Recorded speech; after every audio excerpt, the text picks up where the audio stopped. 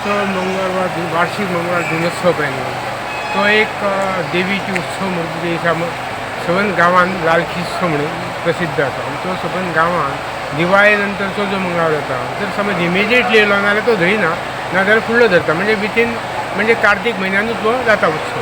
आनी ते दिसा देवीची उत्सव मूर्ती आहा ती सबंद गांवांसून फिरयली वयता, लोकांक देव दर्शन जाता आनी प्रत्येक घरान उडी वयता. ते कोणाच्या घरान वचना, रस्त्या वरसून फिरता. ह्या मंगळवार दिनोत्सव आसा पळय न्हू हेका सादारण म्हाज्या अनुमाना प्रमाणे म्हाका म्हायती आसा त्या प्रमाणे सादारण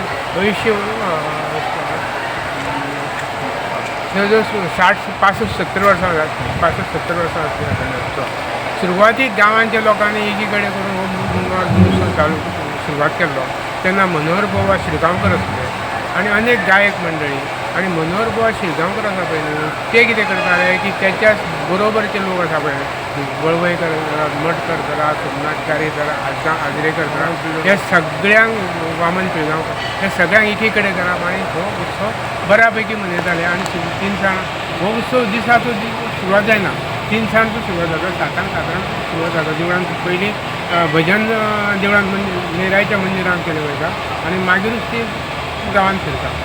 तो उत्सव पयलीं एक थोड्या प्रमाणान आसलो कित्याक तेन्ना एक लोकांचे किंवा जेन्ना जेन्ना ताका प्रसिद्धी मेळ्ळी आनी तेन्ना कितें आहा की आतां आमी लोकांनी कितें केलें की प्रसिद्ध गायक हाडपाची सुरवात केली.